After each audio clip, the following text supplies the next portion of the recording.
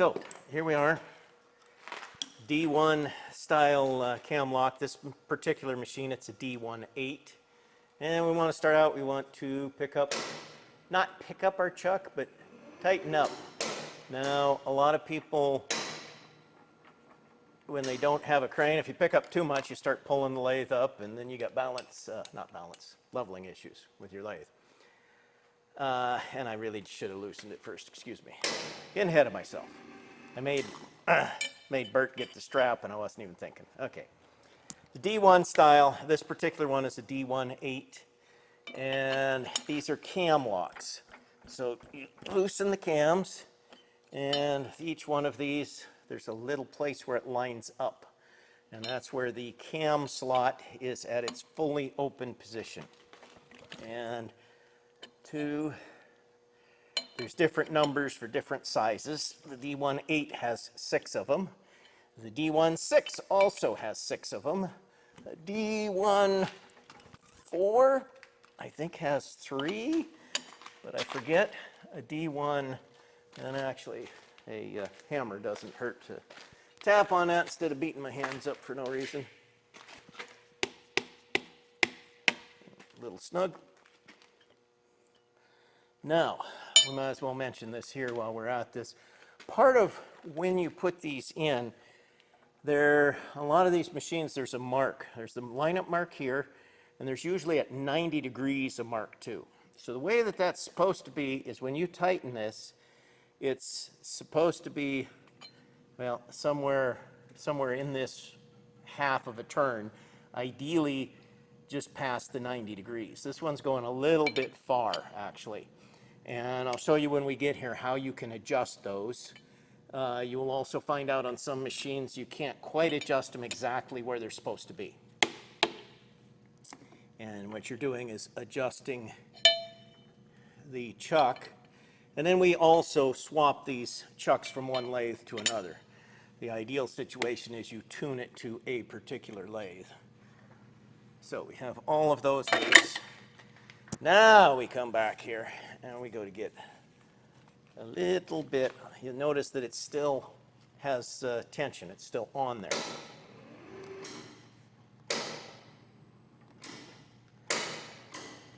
And what you do, you want to take it off, is you tap it.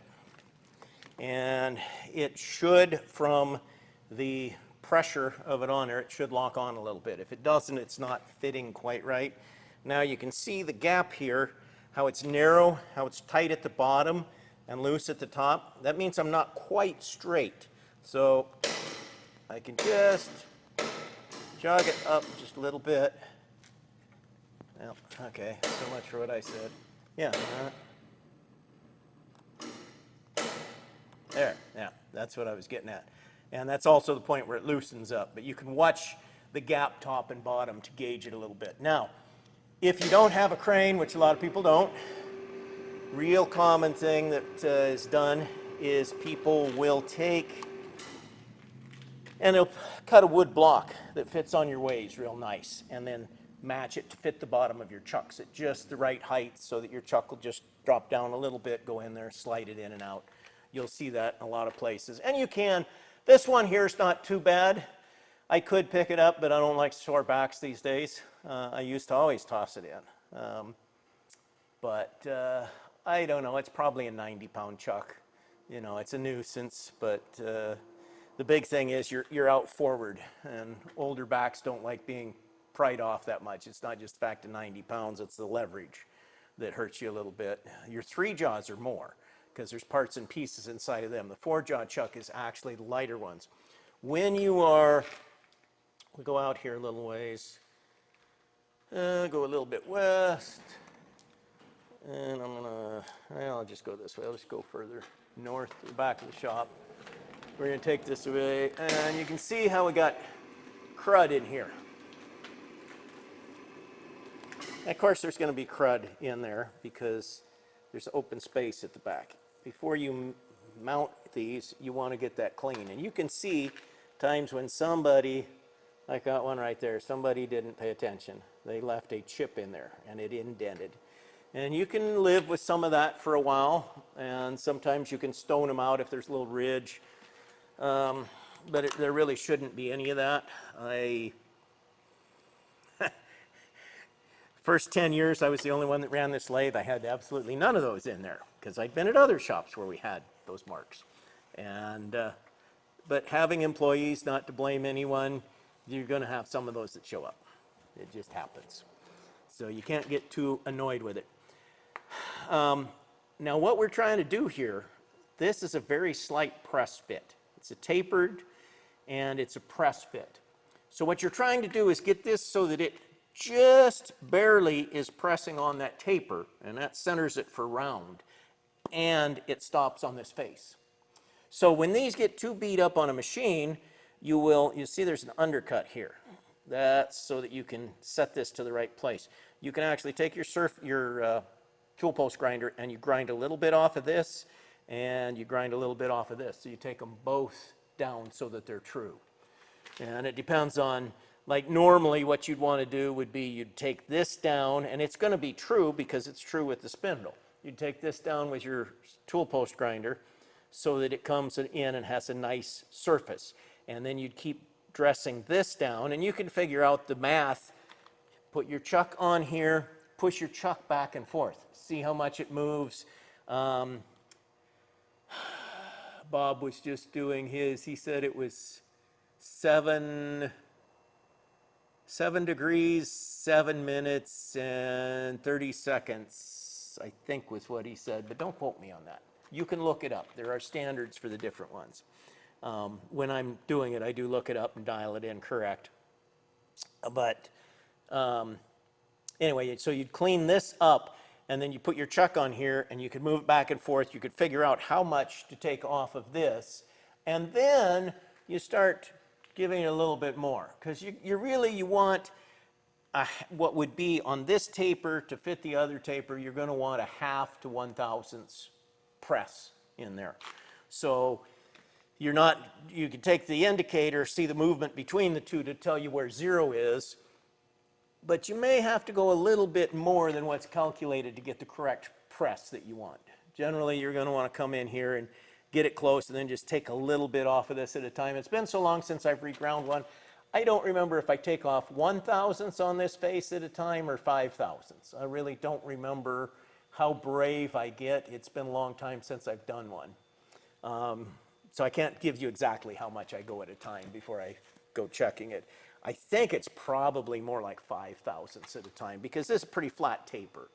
And 1/1000 on this is going to be like maybe, definitely not a 1/10 of a thousandth. There's going to be very little on this. So you probably want to take more than 1/1000 off per check. But it's better to take off less because if you take off too much, then you have to come back and set up and address this one and make it smaller so that it's small enough that it will come up and hit on the face back there. Another way you can do this, well, no, you really can't. I was going to say we could leave this too big, grind this back, and use a feeler gauge, but then you really don't know how much to take that down that easily. No. It's easier to get this cleaned up and then bring the face back until it's just snug, until it just gives you where it holds on. These ones here, yeah, these pins, they're threaded, and generally they're loose. You don't start getting one of these. You go buy a new chuck or something. You don't just tighten these down. You put them in here, and you can put them in at first. You can just thumb in this screw here that keeps them from turning. It's got a cutout in there so that the head of the screw comes in there and keeps that from turning around a whole bunch. But you've got one, it's a fine thread, you've got one rotation of difference as to where those go. And so you adjust those to get the camming that you're looking for. And I don't know if we can see it in here. I built one of these as an adapter one time. That's kind of an interesting thing. You can actually take these apart and let's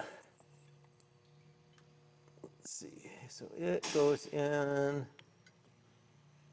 Yeah, you can see how it's down low there and the metal's high there. It's a high point in the metal.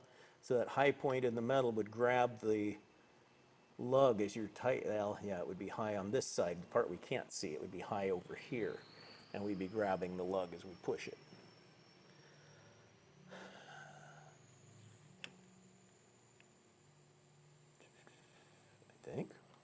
Does it make sense? It goes this way and it pulls it. So it's got to go into that cut, and cam it. What it's doing is it's pulling it in, is what it's doing. Anyway, you can figure it out if you take one apart. I don't have it all in my mind right now. It's been a few years since I built the one. The one I built was built in 96-ish, somewhere in there, about 1996 when I built one. What I did was we had a lathe that was a D111, and we had a D1 surplus of D1 chucks for another lathe, but there was no way for the back of the lathe, and we had good size spindle hole. A lot of times we wanted to work with smaller stuff, and so I made an adapter to fit on the other side of the headstock so that we could put the D1 chucks on here and use those to stabilize smaller stock in the lathe, so we'd have two chucks on it. I used it a couple times. I don't know if they've lost it or if they kept it there at the mine. But anyway, if it's floating around at Red Dog Mine, I'm the one that made it. Threads into that lathe may not even be there, 30 years, things change. I know they got rid of the little lathe. It was a Nardini. That one went down to the Seward Training Center. They gave it away to the Seward Training Center.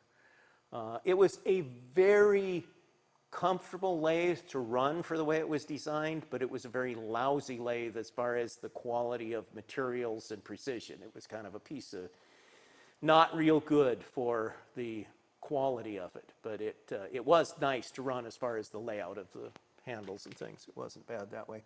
But yeah, make sure everything's clean. Chuck them up, tighten them up. I usually go in here, I will tighten one a little bit, another one, skipping 3, and then I'll come back, snug them all, and then I'll make sure I get them all really tight after that. Clean is the big thing, and it's nice to understand how this system works. I really like the cam lock style because it's common, a lot of interchangeable, and it doesn't stick as bad as the other styles you've got. Like this one is what they call an A style on this lathe. And that just means it's sort of the same. It's got a little mounting spigot that sticks out the same as that, but it bolts on. Instead of using cams, it bolts on. So these are not that handy or normally changed. Those, it just bolts on, it stays on there.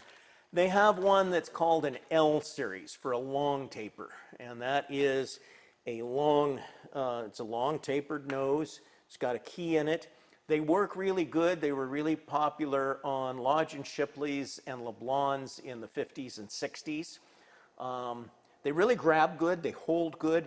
Pain in the ass to be changing chucks, though, because that long taper will get stuck.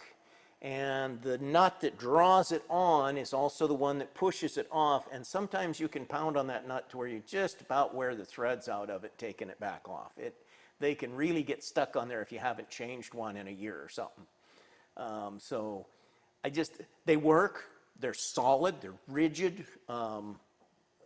There's a lot of good to be said about them once the chuck is on, but they're not as quick and easy to change. So that's why that fell out of favor and this cam style took over.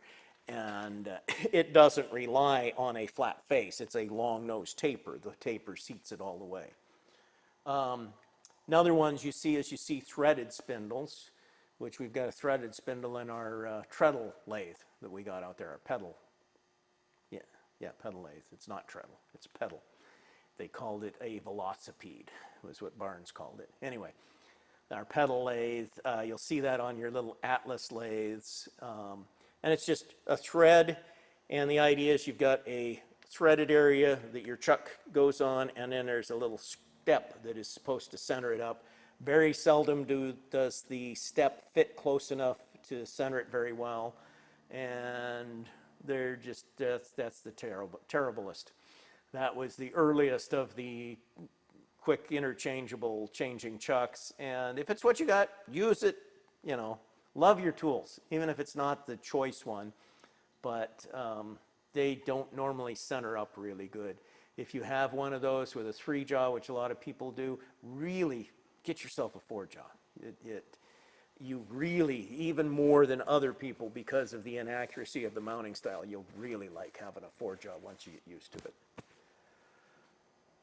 And yeah, anyway, chucks, mounting.